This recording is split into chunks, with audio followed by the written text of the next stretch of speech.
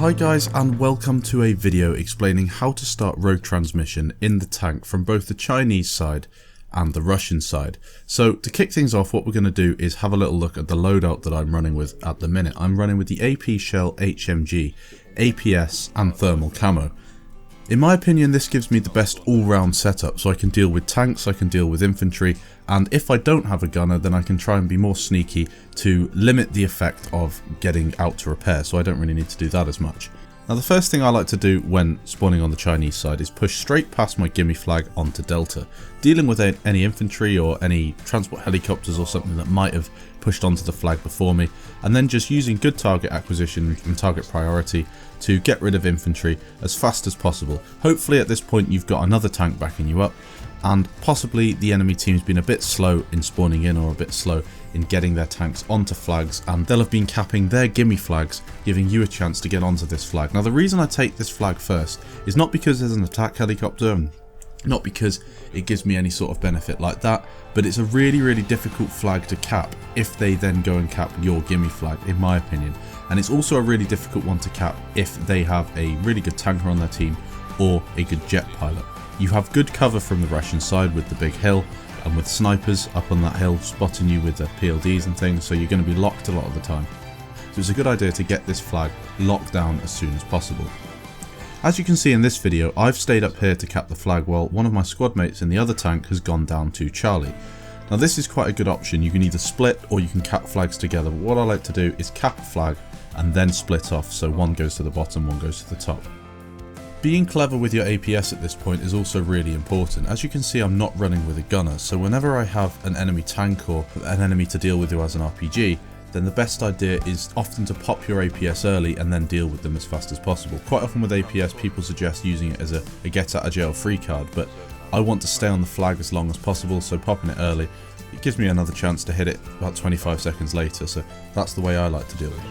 After capping the top flag on Delta, and then hopefully your team will have capped Charlie, it's best to push on and push the enemy tanks back into their base. As you can see, we haven't actually lost any armor, we've picked up the AA gun, and in this situation the enemy are in a really tricky position only about 3 minutes into the game. This is the beauty of thermal camo. I've managed to pop around this corner, I'm dealing with that sniper who will be suppressing some of the infantry, and then I'm just laying into these enemy vehicles, being careful to watch my my health as I do so. The moment I get below around 40, I'm going to try and get out of there as fast as possible, saving my APS as well for the opportune moment. Now this is the difficulty when you don't have a gunner. Right at this point I could have someone repping me and I could stay and suppress that area, but as I don't, I have to back out of there, which is really, it just shows the importance of having a gunner. Now you can see I'm showing you an example from the Russian side of this map. Again, miss out your gimme flag at this point, even miss out Bravo, and push straight onto Delta. Now the reason I like to push onto Delta again from this side is because the cover that you can get from this little hill is perfect for picking off enemy tanks. And as long as you have a fairly good objective playing team, you'll find that you can get onto this flag really quickly. There's also a really nice bit of cover here just to the left, assuming that they haven't flanked you from down on the left or far on the right hill. And then if there's an enemy jet that's a fairly good pilot and wanted to strafe you, you can back up into this little unit here. It also gives you good cover from the enemy attack helicopter if they've taken off there. One thing to be wary about are the spawn points behind you. If this flag is capped by the enemy, they won't be spawning in front of you, they will spawn up on that hill, and with the cover from the fence behind you, it's quite a nice spot for them to get an RPG into your back. So as we skip back to this kill streak as we started on before, I think we went on about 57 kills before I think we got hit by some C4 or something.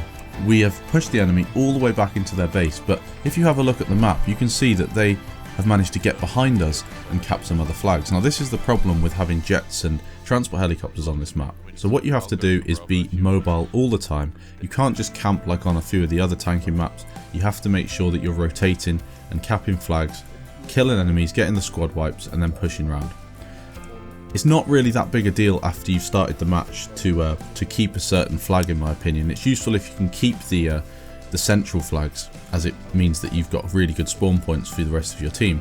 But as long as you're going around killing enemies and getting on the burn of flags, you should be able to win the game, even if they have got some ace tankers or ace jet pilots. Again, you can see I'm benefiting from the fact that we have Delta capped. I'm sitting up on this hill, just even though they have a couple of flags capped, sitting up on this hill, benefiting from having infantry spawn on Delta. We've got the enemy attack helicopter and I can deal with this tank fairly quickly. Although he has got a good idea of what he's doing. He's popped APS at a good time and back down to one of the flags that he's got. I take a bit of a risk here, deal with that bit of infantry on the side and push him, because it's really important at this point that we don't get overrun by enemy vehicles. I get down, he gets out to repair. He's obviously taking damage from somewhere else. I take the risk and just get rid of him as fast as possible. And then at this point, it's really important that I get onto the burn of a flag and help my team push. Hopefully this guide helped you. If it did, leave a like and let me know down in the comments if you want to see a guide for another map. Thank you as always for watching, and I'll catch you guys in the next video.